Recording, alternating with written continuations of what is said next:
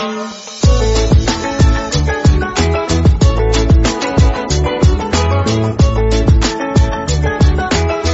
The lord. ప్రభు అయిన యేసుక్రీస్తు వారు ఈరోజు మనకు అందిస్తున్నటువంటి వాగ్దానం మత్తయి సువార్త 3వ అధ్యాయం 7వ వచనం. మారు మనసుకు తగిన ఫలం ఫలించుడి. బాప్తిస్మం ఇచ్చే యోహాను ఆ కాలంలో యూదయ దేశంలోని ఎడారిలో ఉపదేశిస్తూ ఉండేవాడు.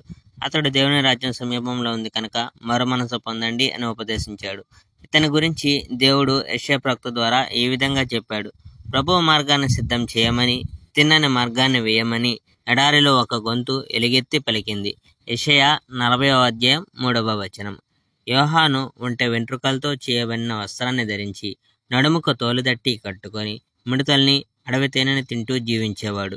యెరూషలేము నుండి, యూదయ దేశము నుండి, యోర్దాను నది ప్రాంతానంతటి నుండి ప్రజలు అతని దగ్గరకు వెళ్ళి తాము చేసిన పాపాలని ఒప్పుకునేవాళ్ళు.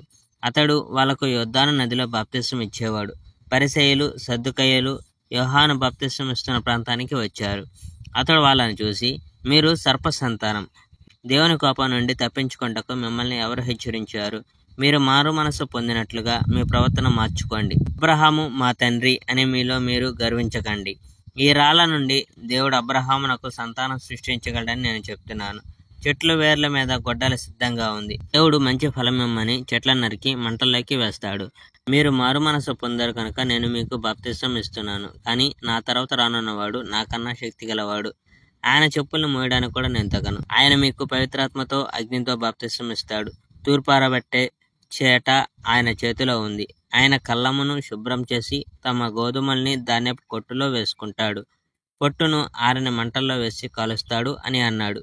Praise the Lord. May God bless our India.